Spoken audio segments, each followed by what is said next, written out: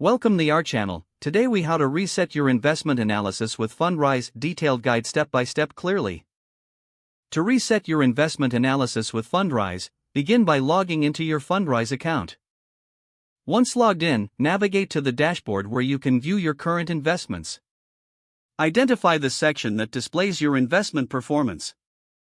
Click on the Portfolio tab to access detailed information about your investments. Review the performance metrics shown in your portfolio. Take note of any underperforming assets that may need your attention. Next, locate the Analysis or Insights section on the platform. In this section, you'll find various market trends and investment opportunities.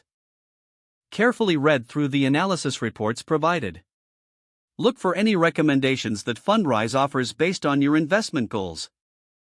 If you feel the need for a fresh start, consider clicking on the Reset option. Be aware that this action may affect your current investments and their settings. Confirm that you want to proceed with the reset process. After confirming, you will be taken to a new investment analysis screen. Here, update your investment preferences and risk tolerance as needed. Use the provided tools to create a new investment strategy that better aligns with your current goals. After updating your settings, review the provided investment plans. Choose an investment plan that you believe best suits your objectives. Finalize your selections and confirm your new investment analysis. Lastly, monitor your new investment performance regularly to ensure it meets your expectations. If the page does not load, refresh the browser or try again in a private or incognito window. Make sure you are using the correct email address, then retype it carefully to avoid small typos.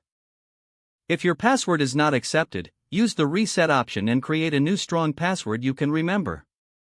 Check your spam folder for verification or security emails, then complete any requested confirmation steps.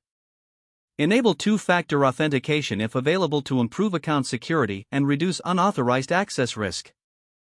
After signing in, review your profile details so your contact information and settings are accurate and current.